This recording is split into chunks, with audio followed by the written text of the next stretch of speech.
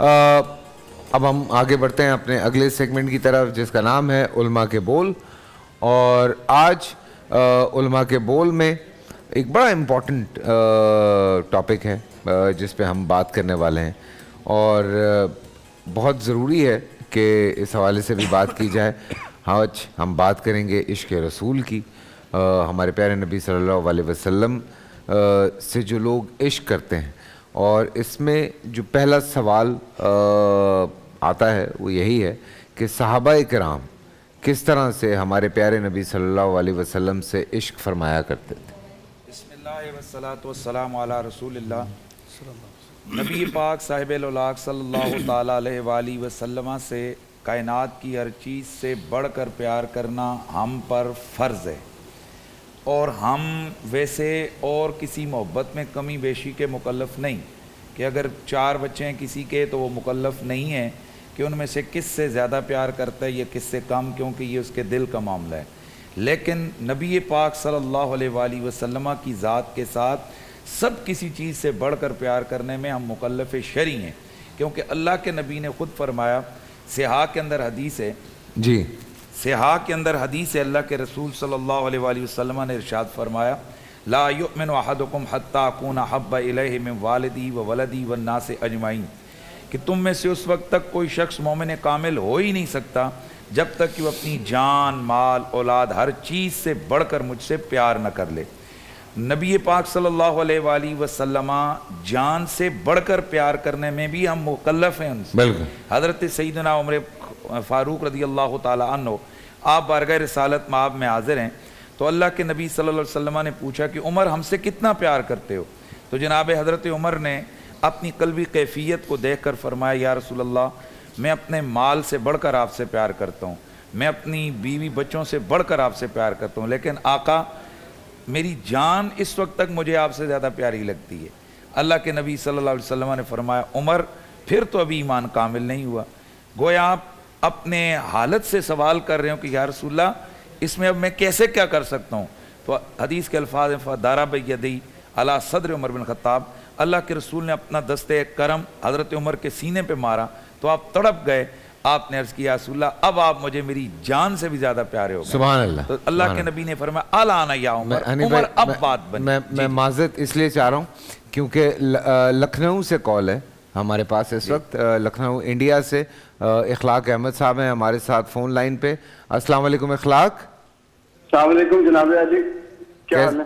بالکل ٹھیک ٹھاک، آپ سنائیے کیسے ہیں؟ الحمدللہ. جناب میرا ایک سوال تھا، میں کافی ٹائم سے اس سوال کی تلاش میں بہت مشکل میں مبتلا ہوں. جی پوچھیے.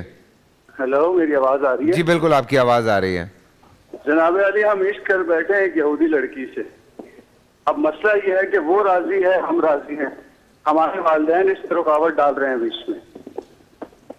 اب مجھے صرف اتنا جاننا ہے کہ کیا ہماری شادی ہو سکتی ہے، اور اگر ہو سکتی ہے تو کیا والدین کے مطلب ہم سنیں تو شادی سے رہ جائیں گے، اگر ہم والدین کی نہ سنیں تو کیا نافرمانی کا ہم پہ کوئی فتویٰ لگے؟ جواب دیجیے گا. جو خاتون ہیں ان کے گھر والے راضی ہیں یا ان کے گھر والے بھی راضی نہیں ہیں؟ ہیلو جی، جو خاتون ہیں ان کے گھر والے راضی ہیں یا ان کے گھر والے بھی راضی نہیں ہیں؟ جناب اس کے گھر والے راضی ہوں یا نہ ہو، وہ کہتی ہیں ہمیں فرق نہیں پڑتا ان بات سے، وہ ان چیزوں سے بہت آگے ہیں. یہ مشکلات ہمیں درکار آ رہی ہیں کہ ہمارے یہاں والدین ہمارے راضی نہیں ہو رہے کیونکہ لڑکی یہودی ہے، اور ہمارے ذہن میں صرف یہ بات ہے کہ یہودی ہے یا نہیں. ہم نے یہ دیکھ کے پیار نہیں کیا ان سے، ہمیں بس پیار ہوا ہے، عشق ہوا ہے، ہمیں دوسرا کچھ نہیں دکھتا اس کے علاوہ، ہمیں اسی سے شادی کرنی ہے. کیا بات ہے. میں بالکل یہی اصطلاح سے حل چاہیے قبلہ ہمیں اس کا. بس میں جناب بالکل آپ میرے ساتھ لائن پہ ہیں یا نہیں ہیں؟ چلے گئے اخلاق بھائی؟ میں نے ایک بڑی امپورٹنٹ بات پوچھنی تھی لیکن چلے گئے. اخلاق صاحب کا جواب کہاں سے؟ بعد میں ہم اس پہ پہلے جو ہمارا ہم نبی پاک صلی اللہ علیہ وسلم کے عشق کی بات کر رہے تھے. یہ جو لفظ عشق ہے یہ عام طور پر عربی کے اندر استعمال زیادہ تر نہیں ہوتا، ویسے استعمال کیا بھی گیا ہے لیکن عربی کے اندر یا لفظ اشد و حب استعمال ہوتا ہے یا پھر مودت استعمال ہوتی ہے. تو اللہ کے نبی صلی اللہ تعالیٰ علیہ وآلہ وسلم سے جو اپنی جان سے بڑھ کر پیار کرنا ہے، یہ ہم پر قرآن اور حدیث کی روح سے لازم ہے، یعنی اس میں ہم اختیار والے نہیں ہیں کہ اختیار ہے یا نہیں ہے۔ یہی وجہ ہے کہ ہر بندہ مومن کو اپنی جان بچانا بڑا لازم اور ضروری ہے۔ مثلا اگر نماز ہے، نماز میں اگر ٹھنڈ کی وجہ سے وضو کرنے یا آپ پہ غسل فرض ہے، غسل فرض ہونے کی وجہ سے آپ غسل کرتے ہیں تو ٹھنڈ کی وجہ سے آپ کا جسم سکڑنے یا تکلیف کا اندیشہ ہے، یعنی بہت زیادہ نقصان کا، تو شریعت کہتی ہے کہ تیمم کی طرف آ جاؤ۔ اسی طرح حج کے لیے جاتے ہوئے اگر جان جانے کا اندیشہ ہے، حج آپ کا مؤخر ہو جائے گا۔ یعنی الغرض کے جتنے فرائض دینیہ ہیں، ہر دینی فرض کی ادائیگی میں اگر جان جانے کا اندیشہ ہے تو شریعت نے جان کو مقدم کیا ہے، باقی تمام چیزوں کو مؤخر کیا ہے۔ واحد رسول اللہ صلی اللہ علیہ وسلم کی ذات ایسی ہے کہ اللہ تبارک و تعالیٰ کا قرآن فرماتا ہے النبی اولیٰ بالمؤمنین من انفسہم، کہ باقی ہر جگہ جان بچانا ضروری ہے، لیکن جب نبی کی شان، آن، عظمت، عزت اور نبی کے نام کا معاملہ آئے تو وہاں جان بچانا ضروری نہیں، نبی اولیٰ ہے، وہاں جان لٹانا ضروری ہے۔ سبحان اللہ۔ یہی وجہ ہے کہ اللہ کے رسول صلی اللہ علیہ وسلم کے جو اصحاب ہیں، صحابہ کرام نے ہنستے مسکراتے اپنی جانیں قربان کی، اپنی آنکھوں کے سامنے اپنے بچوں کی قربانی دی، اپنے والدین کو اپنی آنکھوں کے سامنے ذبح ہوتے دیکھا، اور جب یہاں تک ہوا کہ ایک صحابی ایسے ہیں کہ جس وقت ان کی والدہ نے ان کو کہا کہ آپ محمد صلی اللہ علیہ وسلم کو چھوڑ دیں، وہ غیر مسلمہ تھی، تو آپ چونکہ لذت ایمان کو چکھ چکے تھے تو انہوں نے کہا اگر میں نہ چھوڑوں تو کیا کریں گے؟ انہوں نے کہا میں پھر بھوک ہڑتال کر دوں گی، یعنی بھوکی رہوں گی اور مر جاؤں گی۔ اچھا، انہوں نے عملاً یہ کام کر دیا ان کی والدہ نے۔ یوں ہوا کہ بس وہ بھوکی رہی، لوگوں نے آپ سے کہا بھائی کچھ نہ کچھ تو حل کرو، پھر آئے چل کھانا کھا لے، اس نے کہا نہیں، جب تک محمد صلی اللہ علیہ وسلم کو نہیں چھوڑتا میں ایک لقمہ نہیں کھاؤں گی۔ اب ان کا جواب اور میری گفتگو مکمل، آپ نے فرمایا یا اماں لو کانت لک مئۃ نفس فخرجت نفسا واللہ ما ترکتو محمدا، اے میری ماں یہ تو تیری ایک جان ہے، تو میرے سامنے ایڑیاں رگڑ کے مرنا چاہتی ہے، اللہ اگر تجھے 100 زندگیاں دے، یوں ہی میری آنکھوں کے سامنے تو تڑپتے تڑپتے مر جائے، حضور کا عشق میرے دل میں ایسا آ چکا ہے، میں تجھے چھوڑ سکتا ہوں، میں آمنہ کے لال کو نہیں چھوڑ سکتا۔ اللہ اکبر۔ اس میں بہت سارے سوالات ہیں جو آج کے دور کے حساب سے بھی میں پوچھنا چاہ رہا ہوں، اور اس میں کچھ سیریس مسائل ہیں۔ فضل بھائی نے بھی مجھے کہا کہ نہیں، میں پہلے سوال کا جواب اگر مل جائے، جو ہمارے اخلاق بھائی کا فون آیا تھا لکھنؤ سے، جو کہنا چاہ رہے تھے کہ ان کو جن سے محبت ہو گئی ہے وہ یہودی ہیں۔ میں پہلے آپ سے جواب لے لیتا ہوں، پھر ادھر سے جواب لے لیتا ہوں، یا پہلے ادھر سے لے لیتا ہوں پھر ادھر سے لے لیتا ہوں۔ ذرا ملا جلا کے جواب دے دیجئے اس کا اخلاق بھائی کو۔ بسم اللہ الرحمن الرحیم۔ گزارش یہ ہے کہ کچھ شرعی اصول ہیں، ان اصولوں میں یہ ہے کہ آپ اہل کتاب میں سے کسی ایسی بچی کے ساتھ رشتہ کرتے ہیں جن کے ساتھ رشتہ کچھ صورتوں کی شکل میں جائز ہے۔ اگر آپ کو یہ خطرہ ہو کہ آپ کی ہونے والی اولاد اس کے مذہب پہ ہوگی تو پھر آپ کو یہ رشتہ قطعی طور پر نہیں کرنا چاہیے۔ اور یہ جو عشق اور محبت کا جنون سوار ہوتا ہے، یہ ویسے اس کا خمار جلد ہی اتر جاتا ہے۔ میرا ان سے مشورہ یہ ہے کہ تھوڑا سا کسی بزرگوں سے، اہل اللہ سے رابطہ کیجئے، علماء کے پاس بیٹھیں اور اپنے والدین کی نافرمانی میں نہ جائیں۔ اس وقت آپ پر عشق کا بھوت سوار ہے، اس بھوت کو سوار مت کریں۔ آپ کے لیے آپ کے والدین، آپ کی فیملی، آپ کا مذہب یہ اہم ہے۔ اگر مسلم بچیاں ختم ہو گئی ہیں تو آپ دوسری طرف جائیں، اور اگر تھوڑا سا آپ مراقبے میں آئیں گے، کیا پتہ اگر وہ لڑکی مسلمان ہونا چاہ رہی ہوتا، اگر مسلمان ہوتی ہے تو بہت اچھی بات ہے، پھر وہ اپنے والدین کو قائل کریں۔ بس ٹھیک ہے۔ عشق رسول کے بعد ہی اسی کا جواب دے دوں اگر اجازت ہو؟ جی بھائی۔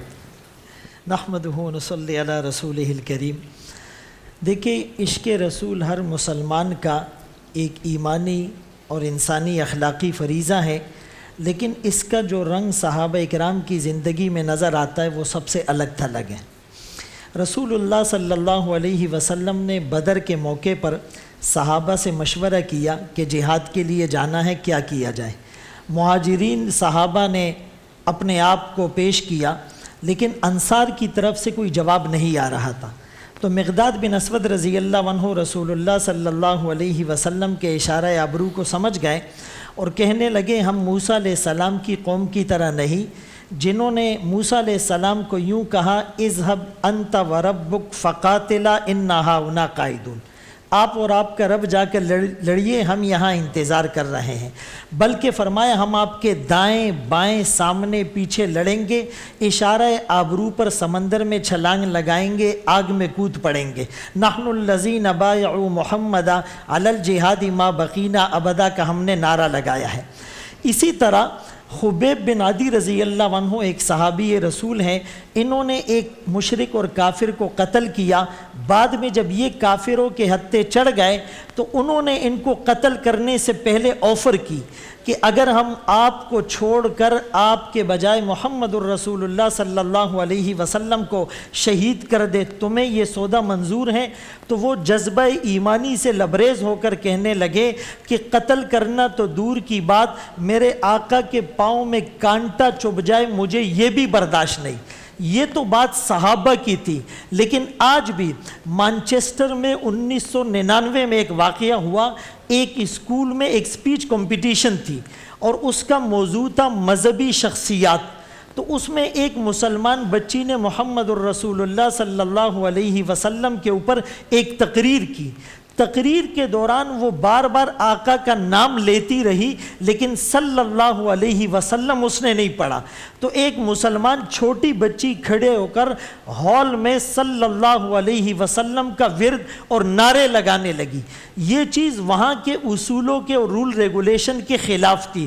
اس بچی کو پکڑ کر بورڈ کے سامنے پیش کیا گیا، تم نے یہ نعرے اور سلوگن کیوں لگائے؟ تم نے ڈسٹربنس کریٹ کی۔ وہ کہنے لگی میں ہر چیز پر کمپرومائز کر سکتی ہوں، لیکن بینگ اے مسلم میرے نبی کے نام پر صلی اللہ علیہ وسلم پڑھنا ضروری ہے۔ بخاری شریف میں ہے البخیل من ذکرت عندہ فلم یصلی علیہ، جس پر میرا نام لیا جائے وہ درود نہ پڑھے وہ بخیل ہیں، اسی لیے میں نے یہ نعرے لگائے ہیں۔ یہ تو ایک مسلم بچی کے جذبات اور سینٹیمنٹس اور سٹیٹمنٹس تھا۔ لیکن اسی طرح اختر شیرانی اردو عرب کا بڑا شاعر تھا، بلا کا نوش تھا، پیتا پلاتا تھا۔ عرب کے ہوٹل میں اس نے 2 بوتلیں شراب کی پی، نشہ چڑھ گیا تو کسی نے اس کے سامنے کسی کا نام لے کر کہا وہ شاعر کیسا ہے، اس نے گستاخی کر ڈالی۔ کسی نے موقع کو غنیمت سمجھ کر آقا کا نام لیا، آقا کے بارے میں کیا کہتے ہو؟ وہ کہنے لگا با خدا دیوانہ باش وبا محمد ہوشیار، خدا کی قسم جتنا بھی نشہ ہو جائے لیکن یہ نشہ عشق مصطفیٰ کے نشے پر غالب نہیں آ سکتا۔ اس شراب کی بوتل کو اس کے سر پر مار کر کہا تھا محمد الرسول اللہ صلی اللہ علیہ وسلم کی محبت میں کوئی کمپرومائز نہیں کر سکتے۔ اسی لیے ایک مسلمان کو یہ دیکھنا چاہیے کہ میں کسی سے اگر شادی کرتا ہوں تو وہ اللہ کے حکم کو اور نبی کی غلامی میں ہے تو میں اس سے شادی کروں گا۔ لا تنکحوا المشرکات حتی یؤمن، مشرک عورتوں سے نکاح نہیں ہو سکتا جب تک وہ ایمان نہ لائے۔ فقہ کا مسئلہ یہ ہے اہل کتاب یہودی نصارہ عورتوں سے نکاح ہو سکتا ہے، لیکن اگر وہ ان عقائد پر اور اہل کتاب کے اس اصول پر قائم ہو۔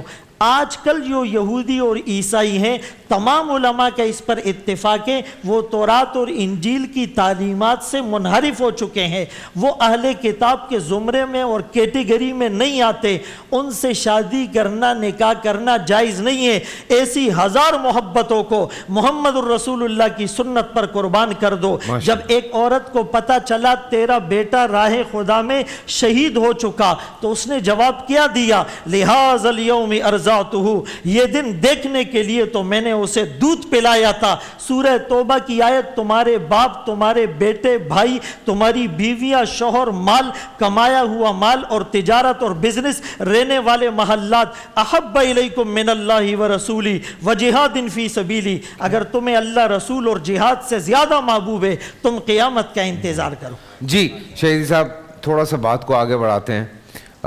آج بھی ہم دیکھتے ہیں کہ عشق رسول صلی اللہ علیہ وسلم کے حوالے سے خاص طور سے عید میلاد النبی پہ ایک باقاعدہ اجتماع کیا جاتا ہے اور ان کو یاد کیا جاتا ہے، ان کے حوالے سے بہت سارے پروگرامز ہو رہے ہوتے ہیں، لیکن جو حالت سڑکوں پہ ہوتی ہے، جس طرح کے اجتماع ہوتے ہیں، مظاہرے ہوتے ہیں، جس طرح سے لاؤڈ سپیکرز پہ وہ لوگ چیزیں چلا رہے ہوتے ہیں یا جو ریلیاں نکلتی ہیں، یہ آج کے دور میں یہ جو سارا کچھ ہو رہا ہے، آپ اس کے بارے میں کیا کہنا چاہتے ہیں؟ بسم اللہ الرحمن الرحیم۔ فیصل بھائی مجھے اجازت دیں، جتنے موضوعات ابھی زیر بحث آئے ان میں ایک ایک جملہ میں ایڈ کرتا چلا جاؤں، جی مختصر، اور اس کے بعد پھر اس جواب کی طرف ہوں۔ پہلی بات، یہودیوں اور نصرانیوں سے نکاح کی مکتب اہل البیت کی روشنی میں قطعاً اجازت نہیں ہے، جائز نہیں ہے، حرام ہے، اس لیے یہ بات واضح ہوگی۔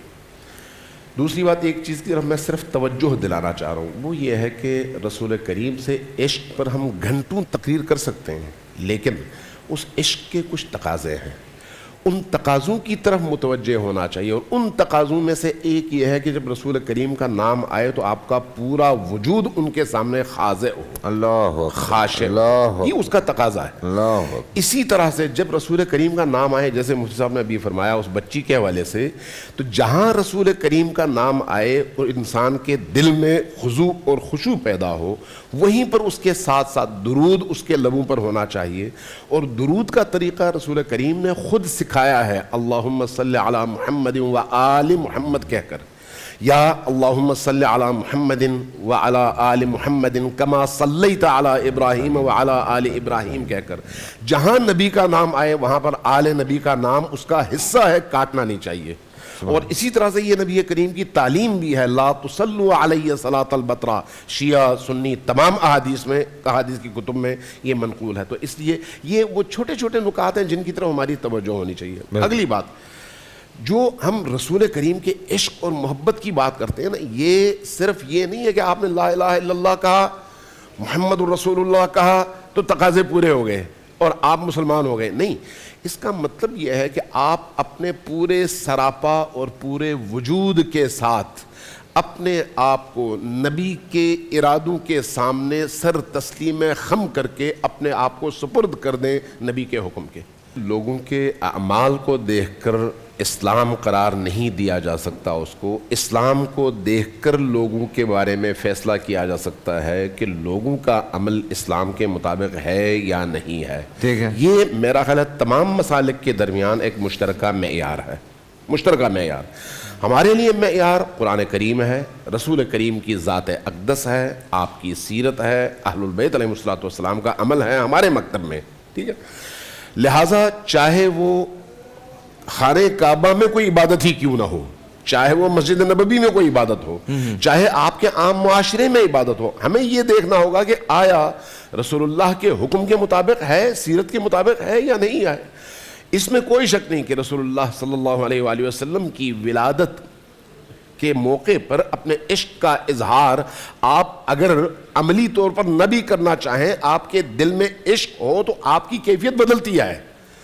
آپ نے فرض کرے کسی جشن میں شرکت نہیں کی، لیکن آپ کے اندر کی کیفیت بتا رہی ہوتی ہے آج وہ عظیم دن ہے، تو یہ آپ کے اندر کی کیفیت ہے۔ اب جہاں تک ہمارے معاشرے کا تعلق ہے، ہمارے معاشرے کے اندر بہت ساری بدعتیں موجود ہیں، بہت سارے غلط اعمال موجود ہیں، اور شاید تمام مسالک کے اندر موجود ہوں۔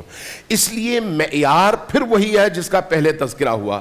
اگر ہماری عبادات، ہمارے اجتماعات ہمیں رسول اللہ سے قریب تر کر دیں، ہمارے اندر کے عشق میں اضافہ کریں، ہمارے اندر کی پاکیزگی اور نورانیت میں اضافہ کریں، ہماری آنکھوں کو اشکبار کر دیں، ہمارے اندر عشق اور آگ اور حرارت میں اضافہ کر دیں، سوری آپ کی بات کاٹ رہا ہوں، یہ ساری کی ساری عبادات ہیں۔ میری بات سن لیں، دیکھیں یہ جو آپ ساری بات کر رہے ہیں یہ بالکل بجا بات ہے، یہ ہم ٹی وی پہ بیٹھ کے کر رہے ہوتے ہیں، لیکن جو ایک سب سے بڑا مسئلہ ہے وہ مسئلہ یہ ہے، سڑکوں پہ پتھر مارے جا رہے ہوتے ہیں، لوگوں کو پریشان کیا جا رہا ہوتا ہے، ٹریفک بلاک ہوئی ہوتی ہے، اونچی اونچی آواز میں عجیب و غریب قسم کی، ناؤز باللہ اللہ مجھے معاف کرے، ہم انہیں نعت رسول مقبول نہیں کہہ سکتے، جس طرح کی چیزیں بجا رہے ہوتے ہیں۔ سو یہ ساری چیزیں چاہے وہ گانے کی شکل میں ہو، چاہے وہ کسی اور موسیقی کے ساتھ ہو، ڈانس کے مقابلے ہو رہے ہوتے ہیں، اگر وہ ڈانس ہے، اگر وہ ناچ ہے، تو وہ کسی بھی صورت میں اللہ کے دین اور رسول اللہ سے۔ یہ کون لائن اپ کرتا ہے یہ ساری چیزیں؟ میں تو یہ جاننا چاہتا ہوں کہ اس طرح کے جلوس کون لوگ نکالتے ہیں؟ یہ کہاں سے جلوس نکلتے ہیں یہ والے مفتی نوید صاحب؟ جی الرحمن الرحیم. سیاسی تنظیم نہیں ہے. گزارش یہ ہے کہ جس طرف آپ نے اشارہ کیا کہ دیکھیے ایک ہے کہ کوئی واقعہ ہو گیا تو اس واقعے کے بعد جو ہمارا مروجہ طریقہ کار ہے وہ ہوتا ہے احتجاج کا. احتجاج پوری دنیا میں آزادی ہے. آپ اپنی آزادی سے کسی سڑک پر کھڑے ہو کر آپ اپنا نقطۂ نظر پیش کرتے ہیں کہ جناب نبی علیہ السلام کی شان میں فرانس میں بے ادبی ہوئی ہے یا ڈنمارک میں ہوئی ہے یا پاکستان میں ہوئی ہے, کہیں پر بھی ہوئی ہے, ہمارے دل دکھیں صاحب. ہم یہ سیاہ پرچم لہرا کر, یہ ہم کتبہ لگا کر کہتے ہیں ہم اس کی مذمت کرتے ہیں اور ہمیں نبی علیہ السلام کی ذات سے عشق ہے. آپ نے آدھا شہر توڑ دیا. میں عرض کر رہا ہوں, وہ اسی طرف آ رہا ہوں میں جو آپ کا سوال ہے. ہوتا کیا ہے کہ جب روڈ پر لوگ نکلتے ہیں تو معذب دنیا میں تو یہ ہوتا ہے کہ وہ اچھے طریقے سے بالکل سیولائز انداز میں کھڑے ہوتے ہیں, لیکن پاکستان کا پرابلم کیا ہے کہ آپ 10 لوگ ابھی جا کے باہر کھڑے ہوں, تھوڑا سا رش لگائیں گے تو فیصل قریشی صاحب جب واپس یہاں اسٹوڈیو میں آئیں گے تو ان کی جیب کٹی ہوئی ہوگی. یہاں مختلف طرح کے لوگ شامل ہو جاتے ہیں, مختلف عوامل شامل ہوتے ہیں. پھر کیا ہوتا ہے کہ جناب چلو اپنے ذاتی فائدے کے لیے, میں آپ کو خود بتا رہا ہوں کہ میں ایک احتجاج میں شریک تھا. ہم ختم نبوت کے حوالے سے کراچی کی قائد اعظم چورنگی پر احتجاج کر رہے تھے, لیکن ہمیں پتہ چلا کہ ہم احتجاج کر رہے ہیں, ہم وہاں علماء سارے تقریریں کر رہے ہیں کہ عشق رسول کا یہ تقاضا ہے, یہ تقاضا ہے, ہم بتا رہے ہیں با جماعت نماز ہو رہی ہے, پتہ لگا موبائل مارکیٹ جو ہے وہ کسی نے لوٹ لی. اب موبائل مارکیٹ جنہوں نے لوٹی ہے میں پورے وثوق سے کہہ سکتا ہوں کہ ان کے ساتھ ہمارا کوئی تعلق نہیں, لیکن وہ ہمارے احتجاج میں آگئے, ہمارے پاس روکنے کا کوئی میکنزم نہیں ہے.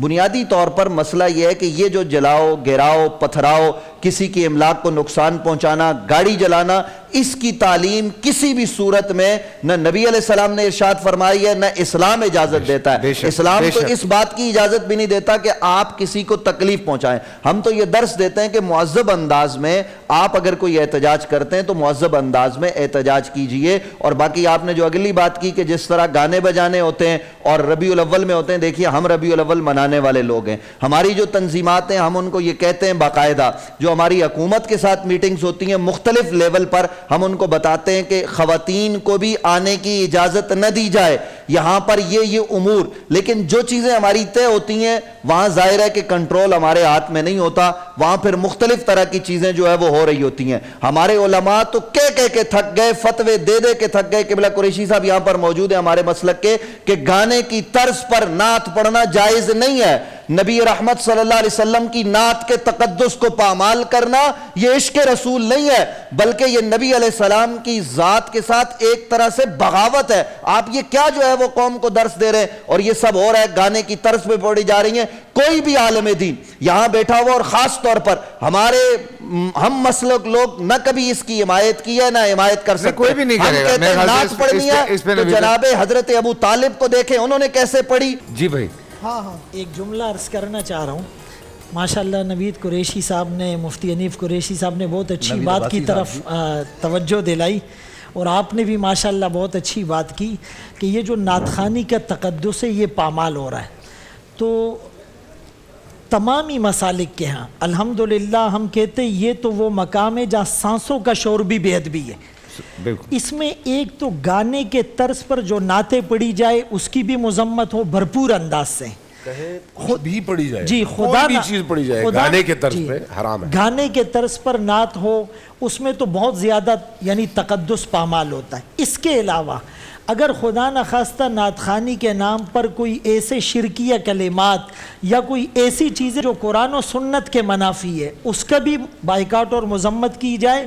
اور اس کے علاوہ جلوسوں میں جیسے آپ نے کہا کہ اگر عورتیں آتی ہیں یا خدا نخواستہ قوالیوں کے نام پر اس میں میوزک اور شور شرابہ ہوتا ہے, تو کوئی بھی مسلک کوئی بھی مکتبہ فکر الحمدللہ اس کی بالکل حوصلہ افزائی نہیں کرے گا بلکہ اس کی مذمت کرے گا. بلکہ مزارات جیسے مقدس مقامات پر جو ہوتا ہے وہ ساری دنیا کے سامنے ہے, چرس, ہیروئن, نشے, تماشے, تو اس کی بھرپور مذمت ہمارے اکابر نے بہت پہلے سے کی. اسی لیے تو وہابیت کے تانے دیے گئے. تو اس پر میرے خیال میں سب مسلک متفق ہے, اور اس میں کوئی ایسی دو رائے نہیں ہے کہ بعض مسلک اس کو مانتے ہیں اور بعض نہیں مانتے. شہید صاحب میں آج آپ کا انتظار کر رہا ہوں, کھاؤں گا آپ کے ساتھ میں. میں نے پانی سے روزہ کھول لیا, میں نے کہا کھاؤں گا آپ کے ساتھ. بسم اللہ. ٹھیک ہے, بسم میں اللہ آج آپ کا منتظر ہوں, جب آپ شروع کریں گے تب میں شروع کروں گا. بسم اللہ. ٹائم ہو گیا صحیح, شہیدی جی صاحب کا ٹائم ہونے والا. بسم اللہ الرحمن میں نے الرحیم. پہلے بھی عرض کیا یہ صرف احتیاط کا تقاضا ہے. جی جی اور اہل سنت کے اندر بھی ہے اور تشیع کے اندر بھی ہے. میں نے ان دنوں احادیث نکالی تھی, رات کو مفتی صاحب کو بھی بھجوائی ہیں, ان کو بھی بھجوائی ہیں, اور ابھی ان سے بھی کہا کہ میں آپ کو بھی بھجوا دوں گا. خود اہل سنت کے اندر بھی یہ ہے کہ تاخیر ہو سکتی ہے, تو اس لیے کوئی مسئلہ نہیں ہے. بس اہل سنت کے ہاں تو مشہور حدیث ہے کہ امت اس وقت تک خیر پر رہے گی جب تک افطار میں تعجیل اور جلدی کرتی رہے گی. تو اس میں تاخیر میں 1-2 منٹ کی تاخیر تو ہیں, لیکن زیادہ تاخیر جو ہے نا اس پر تو میرے خیال میں وعید دیکھیں ہے. اس میں فضل بھائی سے بات یہ جو کہ مرویات ہے نا, انسانوں کا خیال کیا گیا ہے کہ ایک سرٹن ٹائم ہے, اس میں انسان جتنا برداشت کر سکتا ہے اس کی برداشت کو. فیصل بھائی اس میں ایک چیز ہے, مرویات. روایات میں بہت کچھ ہوتا ہے, کتابوں میں بہت کچھ ہوتا ہے. نہ مرویات سے ہمارے فقہی مسائل ساری مرویات سے ہوتے ہیں, وہ مرویات ہیں وہ کتابوں میں, ان کے ہاں بھی اصول کافی میں دیگر کتابوں میں بے شمار مرویات ہوں گی ایک دن کریں گے جن پر یہ عمل نہیں کر سکتے. ایک دن لمبی بات کریں گے. آج عشق رسول کے حوالے سے بات چل رہی ہے. بالکل میں آ رہا ہوں آپ سے. اس سے پہلے کہ میں مفتی ابو محمد صاحب کی طرف اور پروفیسر صاحب کی طرف اور قصوری صاحب کی طرف بڑھوں, لوگ کھا بہت رہے ہیں, دل کے بڑے مسائل ہو جاتے ہیں. دیکھیں دل صاف کرنا ہے رمضان میں, اور مزے کی بات ہے دل کے امراض بڑھ جاتے ہیں. بھائی کچھ بتائیں, سمجھائیں لوگوں کو تھوڑا سا. شاہ صاحب شاید آپ ہی کی بات کوئی سن لے, ہم تو انہیں لگتا ہے کہ پاگل آدمی ہے بولتا رہتا ہے. میں اسباب کی طرف بھی جاتا ہوں. صحیح بات ہے, شریعت مطالعہ نے اپنی صحت کا خیال رکھنے کی بڑی تاکید کی ہے.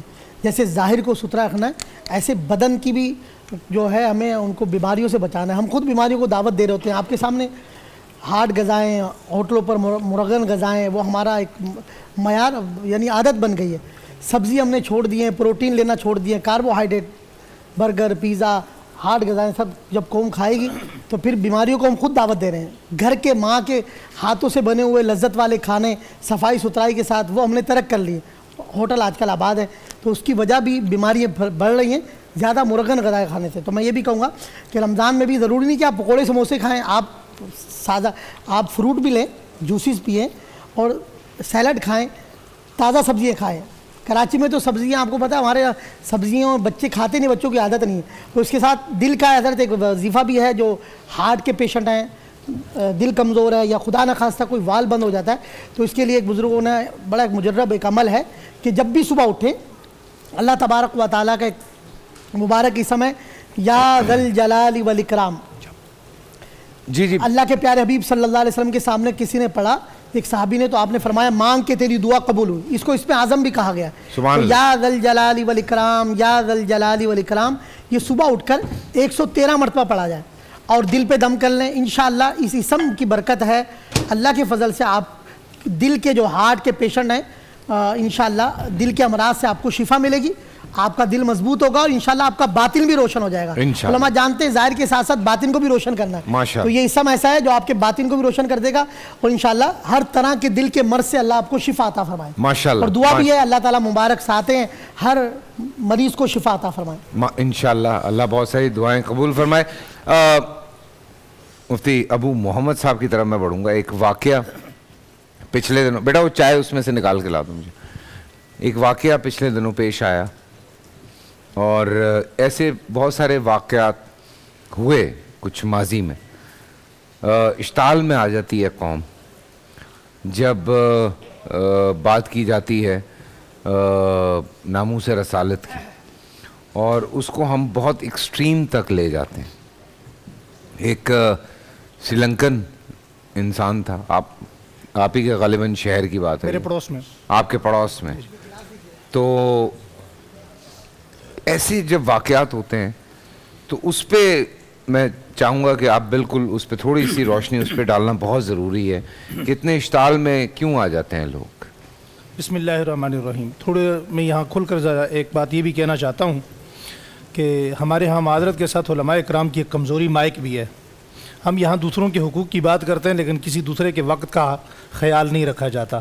مفتی حنیف قریشی صاحب نے بہت مناسب وقت میں اپنی پوری بات کی، اور میرے حال میں دوسری مرتبہ جب تک سارے حضرات بات نہ کر لیں تو اس وقت تک دوسری مرتبہ کسی کو کسی کا حق نہیں مارنا چاہیے، بات نہیں کرنی چاہیے۔ پہلی گزارش تو یہ ہے۔ دوسرا، آج کا یہ عنوان جو ہے عشق رسول کے عنوان سے ہے، اور میں یہاں پر یہ برملا بلا تمہید یہ بات کہنا چاہتا ہوں کہ نبی کریم صلی اللہ علیہ وآلہ وسلم اس کائنات میں وہ ہستی ہیں کہ جو صرف انسانوں کے محبوب نہیں، کائنات کی ہر شے کے محبوب ہیں۔ بالکل۔ آپ سے جمادات نے بھی محبت و عشق کا مظاہرہ کیا، پتھروں نے بھی کیا، درختوں نے بھی کیا، پانی نے بھی کیا، بادل نے بھی کیا، آسمان نے بھی کیا، زمین نے بھی کیا۔ آپ کے گھر میں حضرت سیدہ عائشہ صدیقہ کے گھر میں 2 پتھر تھے، ایک کا نام متکا تھا جس سے آپ صلی اللہ علیہ وسلم تکیہ لگا کر بیٹھتے تھے، بطور تکیہ استعمال فرماتے تھے، ایک کا نام متکلم تھا جو آپ کو سلام کیا کرتا تھا۔ تو حضور نبی کریم صلی اللہ علیہ وسلم سے تو کائنات کی ہر شے نے عشق و محبت کا بھرپور اظہار فرمایا ہے، لیکن آپ کا وہ عشق اور وہ محبت جو انسانوں کے لیے ہے وہ کیا ہے؟ ایمان کی حالت میں صحابہ اکرام نے جس عشق کا مظاہرہ کیا، اب قیامت تک وہی قابل تقلید نمونہ ہے۔ فَإِنْ آمَنُوا بِمِثْلِ مَا آمَنْتُمْ بِهِ فَقَدْ اهْتَدَوْا۔ صحابہ اکرام اہل بیت اعظام ہی اب کائنات میں وہ ہستیاں ہیں کہ جنہوں نے حضور صلی اللہ علیہ وسلم کے ساتھ عشق و محبت کا وہ اظہار کیا۔ میدان بدر کا ایک واقعہ بڑا طویل ہے، اختصار کے ساتھ عرض کرتا ہوں کہ ایک 16-17 سال کا بچہ اپنے اس باپ کے مقابلے میں جو چیلنج کرتا ہوا حل میں مبارزن کا نعرہ لگاتے ہوئے حضور صلی اللہ علیہ وسلم کی طرف آگے بڑھتا ہے، اور یہ بچہ صفوں کو چیرتا ہوا جب نبی کریم صلی اللہ علیہ وسلم کے پاس پہنچتا ہے، آپ صلی اللہ علیہ وسلم کا قد مبارک بہت لمبا نہیں تھا، مگر یہ آقا دو عالم کا معجزہ تھا کہ آپ جتنے مجمع میں نظر آتے آپ سب سے بلند نظر آتے۔ یہ آ کر آپ کے کانوں میں کیا عرض کرتا ہے؟ کہتے آقا دو عالم یا رسول اللہ صلی اللہ علیہ وسلم، اجازت ہو تو آنے والا اعلان کرنے والا، آپ کو چیلنج کرنے والا میرا باپ عتبہ ہے، کیا میں اپنے باپ سے نمٹ لوں؟ تو کسی نے کان میں کہا بیٹا وہ تو تمہارا باپ ہے۔ فرمایا سنو، جب سے یارانہ رسول اللہ سے جوڑا ہے دنیا کے تمام رشتے نالین مصطفیٰ پر قربان کر دیے ہیں۔ ایک عشق وہ تھا جو صحابہ نے کیا، وہ صحابہ اکرام نے کیسے کیا کہ وہ جنگلات کو سر کر گئے، حضور کی محبت میں پہاڑوں کو سر کر گئے، پوری دنیا میں پہنچے، افریقہ میں پہنچے، تنزانیہ میں پہنچے، پیدل وہ ترکی پہنچے، آپ کے سکھر میں حضرت عمر بن احطب آرام فرما رہے ہیں، حضرت سنان بن سلمہ پشاور میں آرام فرما رہے ہیں، پنجگور میں صحابہ اکرام کی قبریں ہیں، چین کے اندر صحابہ اکرام کی قبریں ہیں۔ ایک عشق یہ ہے کہ انہوں نے اپنا تن من دھن سب کچھ حضور نبی کریم صلی اللہ علیہ وسلم کے اشارہ ابرو پر قربان کر دیا، اور ایک وہ عشق وہ ہے جو خود حضور نے صحابہ اکرام سے فرمایا، اور وہ عشق کیا تھا؟ اللہ اللہ فی اصحابی، اے اللہ، فرمایا اللہ کا واسطہ دیا، اللہ اللہ فی اصحابی لا تتخذوهم من بعدی غرضا فمن احبهم فبحبی احبهم۔ لوگو میرے صحابہ کے معاملے میں اللہ سے ڈرنا، میرے صحابہ کے ساتھ محبت میرے ساتھ محبت ہے، اور میرے صحابہ سے بغض میرے ساتھ بغض ہے۔ اور حضور نے تمام صحابہ اکرام کے بارے میں فرمایا اصحابی کالنجوم فبأیہم اقتدیتم اہتدیتم۔ میرے تمام صحابہ چمکتے ہوئے آسمان ہدایت کے ستارے ہیں، جس کی بھی پیروی کرو گے تم ہدایت پا جاؤ گے۔ اگلا جو معاملہ آپ نے فرمایا ناموس رسالت کے معاملے میں، تو یہاں اس کے 2 پہلو ہیں۔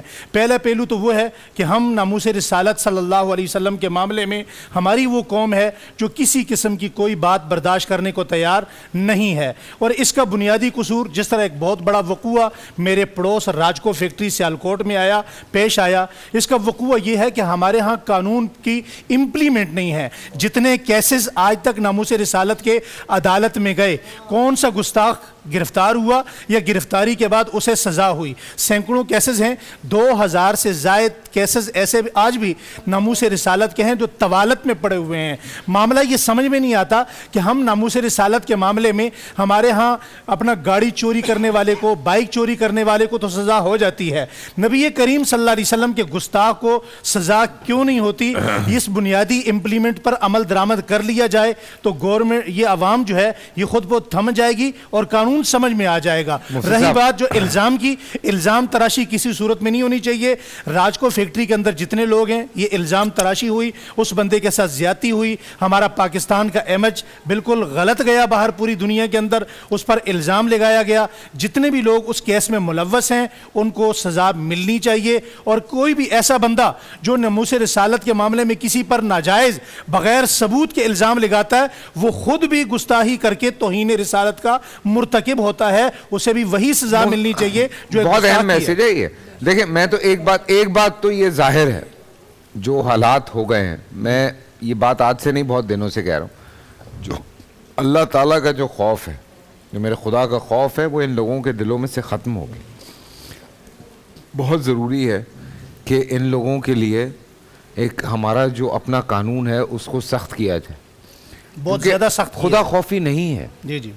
آپ حالات جو ابھی ہم نے جتنی ہماری بات ہوئی ہے, جو سڑکوں پہ ہو رہا ہے, جو اس کے علاوہ یہ والا جو واقعہ ہوا, اس کے علاوہ اور اس طرح کے واقعات ہوئے ہیں, کسی پہ بھی آپ الزام لگا دیں, کوئی بھی الزام, کسی بھی الزام کی میں بات کر رہا ہوں. الزام کے بارے میں بہت ساری چیزیں میں پرسنلی چاہتا ہوں کہ یہ جو بہتان ہے, جو الزام ہے, اس پہ بیٹھ کے ایک دن پورا پروگرام کیا جائے, کیونکہ اس میں بہت ساری ڈیفینیشنز ہیں. آپ سنیں گے آپ کے رونگٹے کھڑے ہو جائیں گے کہ اللہ تعالیٰ کیا کیا فرماتا ہے جھوٹے بہتان کے اوپر. سو یہ میں شکریہ ادا کروں گا اس بات پہ, اور آپ کی بات بالکل بجا ہے. جزاک اللہ. یہ بالکل بجا بات ہے کہ, اور ہم نے جو تصاویر ہم دیکھتے ہیں, اس سے پہلے بھی جو 2-4 واقعات ہوئے ان کی بھی جو تصاویر ہمارے سامنے آئیں, مجھے دیکھنے والے کو اندازہ ہو, جو عاشق رسول ہوں گے دیکھنے میں اندازہ ہو جاتا ہے. لیکن ہمارے پاکستان کا امیج, فیصل بھائی, اس میں میں بالکل ابو محمد صاحب کی بات سے ہم سارے ہی تقریباً اتفاق کرتے ہیں کہ عوام کے تو اختیار میں ہی نہیں ہے. بھئی ایک جاہل آدمی ہے, ایک مزدور آدمی ہے, اس کو کیسے اس چیز کے ادراک ہے کہ کیا چیز گستاخی اور کیا چیز بے ادبی اور کیا چیز حق ہے اور کیا چیز باطل ہے. یہ کام تو عام مفتی کا بھی نہیں ہے. بالکل. یہ تو جید علماء کا بورڈ ایک چیز کو طے کرے کہ بھائی یہ چیز بے ادبی ہے, یا عدالتوں میں وہ جج کے جو قرآن و سنت کو سمجھتے ہیں, معذرت کے ساتھ وہ جج نہیں کہ جنہیں سورۃ فاتحہ پڑھنی بھی نہیں آتی, وہ جج جو قرآن و سنت کو سمجھتے ہیں, وہ طے کریں کہ یہ بندہ گستاخ ہے, تو پھر گستاخی ثابت ہوتی ہے. سالوں کی ریاضت ہے ان لوگوں کی. تو یہ بالکل. آسیہ ملعونہ کا تو عدالت نے سزا سنائی, اس کے باوجود انہیں باہر بھیج دیا گیا. تو ہم اپنی عدالتوں سے کیا توقع اور ایکسپیکٹ کریں؟ تو اس میں ایک چیز اور بھی کر رہا ہوں. یہ بھی ہمارا ایک گلہ ہے, اور یہ گلہ قوم سے بھی ہے, یہ گلہ دانشوروں سے بھی ہے, یہ گلہ میڈیا سے بھی ہے. اسی لاہور کے اندر ایک دھماکہ ہوتا ہے, اور ایک حافظ قرآن, وہ اپنی نوکری سے جو 6 بہنوں کا اکلوتا بھائی ہے, وہ واپس آ رہا ہے. اس کو ایک مشتعل ہجوم پکڑ کے نہ صرف جلاتا ہے, بلکہ اس کی لاش کے جلے ہوئے اعضاء کو اٹھا کر فٹ بال کھیلتے ہیں اس کی کھوپڑی کے ساتھ. اس پر تو نہ ہمارے دانشور چیخے, نہ ہمارا میڈیا چیخا, بس اس کو ایک انسیڈنٹ کہہ کر اس پر مٹی پاؤ کیا. یہ بھی ایک انسیڈنٹ ہوا ہے, غلط ہے, جیسے وہ غلط تھا ویسے یہ غلط ہے. لیکن سوال یہ پیدا ہوتا ہے کہ یہاں اس چیز کو سامنے رکھتے ہوئے ناموس رسالت یا جو رسول اللہ صلی اللہ علیہ وسلم کی یا صحابہ کی عزت اور عظمت کا قانون ہے, اس کے خلاف زبان درازی, یہ ہماری سمجھ سے بالا تر ہے. تو دونوں طرف سے بیلنس بات ہونی چاہیے کہ غلط چیز غلط ہے, چاہے وہ اسلام کے نام پر ہو, سیاست کے نام پر ہو, یا قومی حمیت اور غیرت کے نام پر. بالکل آپ درست فرما رہے ہیں. کالر ہیں ہمارے ساتھ. السلام علیکم. وعلیکم السلام. جی بہن. ہاں جی. ہیلو السلام علیکم. جی وعلیکم السلام. جی بھائی, میں نے نا آپ سے یہ پوچھنا تھا کہ میرے شوہر کو ہو گیا ہے فالج, تقریباً 2 سال ہو گئے. میرے شوہر کو فالج ہو گیا, 2 سال ہو گئے ہیں, اور میں کافی عرصے سے, بچے میرے چھوٹے جب سے میں نوکری کر رہی ہوں, جاب کر رہی ہوں کمپنی میں. اب میں نے 4 پیسے اپنے گھر بنانے کے لیے جوڑے ہیں کہ میری چھتیں بھی گرنے کو ہو رہی ہیں. آپ ہی بتائیں, میرے ان پیسوں سے میں چاہ رہی ہوں کہ اس میں زکوٰۃ مجھے نکالنی پڑے گی یا نہیں. سوال یہ ہے کہ ان کے شوہر جو ہیں وہ, ان کو فالج کا اٹیک ہوا ہے تو وہ کوئی کام نہیں کر رہے ہیں. جو ہماری بہن ہے وہی کام کر رہی ہیں. انہوں نے تھوڑے پیسے جمع کیے ہیں جس سے وہ گھر لینا چاہ رہی ہیں تاکہ جو گھر کا کرایہ ہے اس میں وہ اس سے جان چھوٹ جائے. تو کہہ رہی ہیں وہ جو میں گھر کے لیے پیسے جمع کر رہی ہوں اس پہ زکوٰۃ ہوگی یا نہیں ہوگی؟ زکوٰۃ تو اگر اس پر سال گزر گیا ہے تو زکوٰۃ تو ہے, اگر وہ صاحب نصاب بنتی ہیں تو چونکہ ابھی گھر لیا نہیں ہے, جب گھر لے لیا اس پر کچھ نہیں ہے, لیکن جو رقم ہے یہ نقدی کی صورت میں ہے تو یہ اس پر زکوٰۃ ہوگی. آ گیا جی فیصلہ, اگر سال گزر گیا تو. پروفیسر صاحب جی بالکل اب آخری لمحات کی طرف ہیں. علی رسول اللہ وعلی آلہ وصحبہ اجمعین وبعد. آج کا جو موضوع ہے بہت ہی پیارا موضوع ہے. اس پر وہ شعر صادق آتا ہے کہ اوقات ہما بے دوست طرف باقی ہما بے حاصل بے خردی بود. جس ہستی کا ذکر آپ نے کیا ان کا کیا کہنا, اللہ رب العزت فرماتے النبی اولا بالمؤمنین من انفسہم وازواج امہاتہم. نبی مومنوں کے ہاں ان کی جانوں سے بھی مقدم ہے. نبی کی محبت, نبی کا ادب ایک مومن کے لیے ایمان ہے. اس لیے محدثین دیکھیں نا, امام مسلم نے باب باندھا حب الرسول من الایمان. نبی کریم صلی اللہ علیہ وسلم کی محبت ایمان کا جز ہے. رسول اکرم صلی اللہ علیہ وسلم ہمیں اپنی جانوں سے بھی زیادہ عزیز ہے, ہمیں اپنی جانوں سے بھی زیادہ عزیز ہے. بے شک.